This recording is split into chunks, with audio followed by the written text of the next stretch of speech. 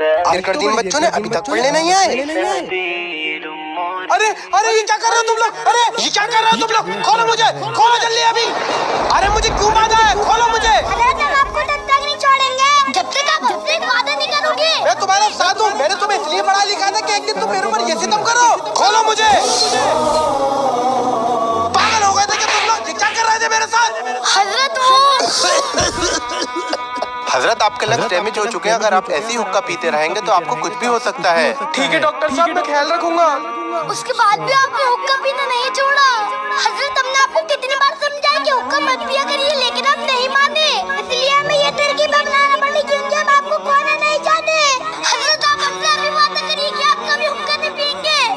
मेरे बच्चों, मुझे माफ कर दो। आज से मैं वादा करता हूँ कि मैं कभी हुक्का नहीं पीऊंगा और अपनी सेहत का ध्यान रखूंगा। ये वाली बात कमेंट में जरूर लिखें।